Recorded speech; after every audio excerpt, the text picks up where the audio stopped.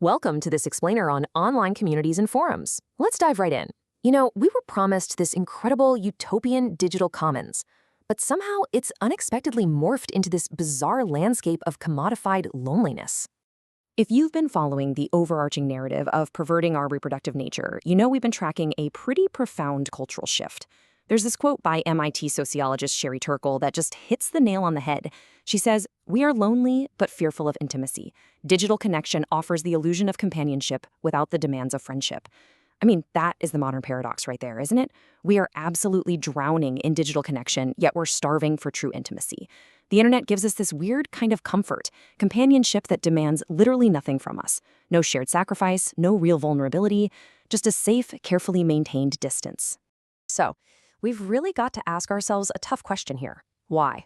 Why have these platforms, which were literally designed to bring humanity together, become what the author so perfectly calls emotional holding tanks for the spiritually sedated? Studies from places like the Pew Research Center and the Oxford Internet Institute show this crazy trend. The people who spend the most time online report the highest levels of loneliness and anxiety. How did the ultimate tool for connection become the ultimate engine of isolation? Well, it comes down to comparing what technology promised us against the fractured, disembodied reality it actually delivered. The promise was a vibrant digital commons, a beautiful sharing of knowledge. But the reality? It's algorithmic manipulation. Instead of dialogue, we get division. Instead of genuine connection, we get this sort of commodified performance. And you can really see this collapse when you look at how modern internet culture handles things like sex, identity, and human relationships. Now, this progression builds so perfectly on what we covered in earlier sections of the book. If you remember, we've been looking at a continuous timeline of severing our natural embodied design. First, we explored how birth control technologically separated intimacy from biological consequence.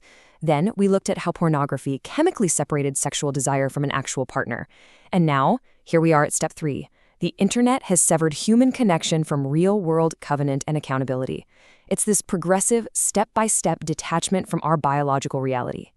Which brings us to the rise of what the book calls the virtual confessional. Think about platforms like Reddit or Discord. They've essentially become modern sanctuaries for the disillusioned. People jump into subreddits to vent their deepest pains, their frustrations, you name it.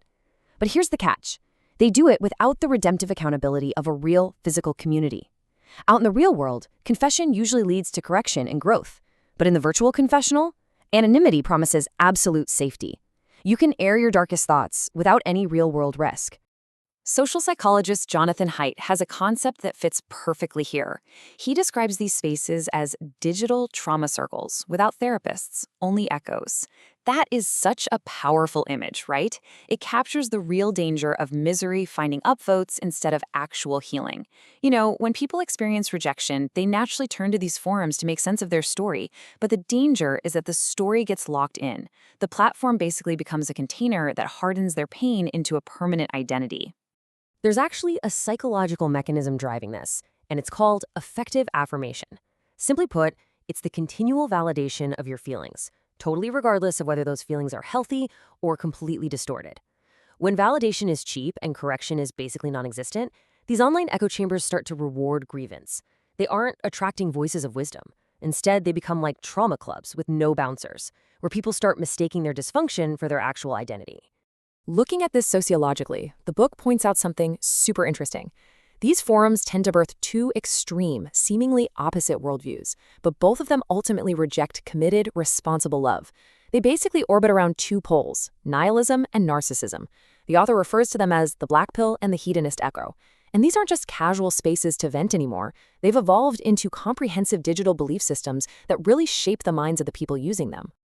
Okay, so on one side we find the black pill ideology. This is a fatalistic worldview, often found in certain online forums, that essentially institutionalizes insecurity.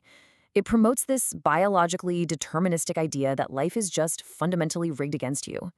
Users get hyperfixated on concepts like looks maxing or archetypes like Chads and Stacys. They convince themselves that if they aren't genetically perfect, they are completely invisible to society. It essentially dresses despair in profound bitterness. And then, on the complete opposite side, you have the hedonist echo. These are forums that celebrate radical sexual autonomy, open relationships, and a culture focused on avoiding emotional attachment. So if the black pill dresses despair in bitterness, this one dresses despair in pleasure. It frames emotional detachment as the ultimate freedom. Yet the text points out a tragic irony. Users in these spaces frequently report feeling entirely unseen, completely disposable, and emotionally numb. The overstimulation just becomes another way to sedate themselves.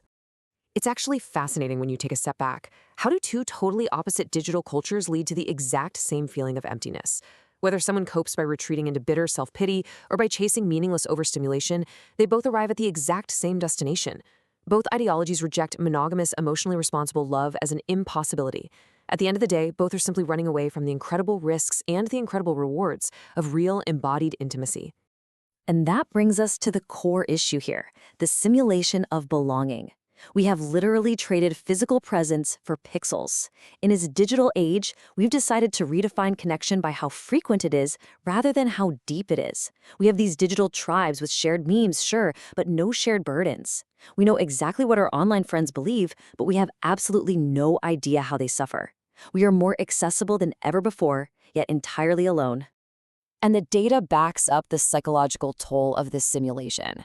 A meta-analysis of 19 separate studies found that heavy forum users experience significantly heightened symptoms of anxiety, rumination, and identity confusion.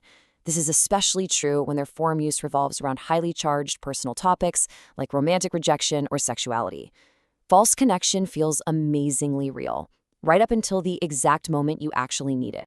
We also absolutely have to talk about the architecture of these platforms, the algorithms. Social algorithms are totally indifferent to human thriving. They don't care about you. They just reward extreme emotional posts. The more hopeless, angry, or performative a post is, the more visibility it gets. Pain becomes a performance, outrage turns into currency, and the algorithm just traps users in this endless, escalating loop of that affective affirmation we talked about. So if these platforms cause so much distress, we really have to pause and ask ourselves, why do we keep going back? If the algorithm is just feeding our dysfunction and the connection isn't even real, why are we glued to the screen day after day? Well, honestly, we return because a like feels better than silence. A reply is better than total isolation. This illusion of community functions perfectly as a digital sedative. It temporarily numbs that profound modern ache of physical disconnection. But let's be real, no late-night vent session on a server can ever replace the sacred weight of being truly known in the flesh.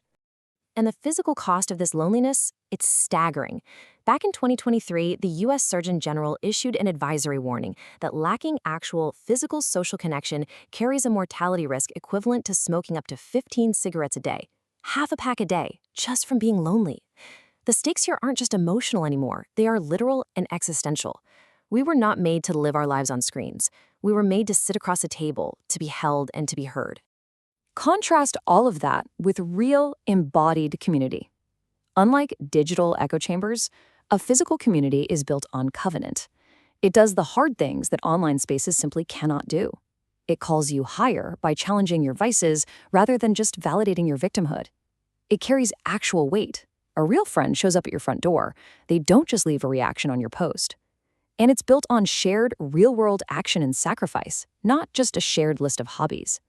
Ultimately, this points us directly back to the core thesis of perverting our reproductive nature. We cannot outsmart our own biology. Human design simply cannot be bypassed by technology or algorithms. To reclaim our reproductive and relational design, we have to do the hard thing, step away from the screens. We have to embrace the messy, sacred weight of being known in the flesh. We were made for covenant, not for comment threads.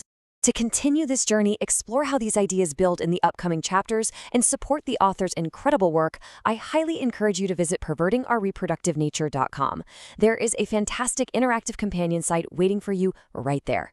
So, as we wrap up this explainer, I want to leave you with one final question to chew on. Are you ready to trade the simulation for something real?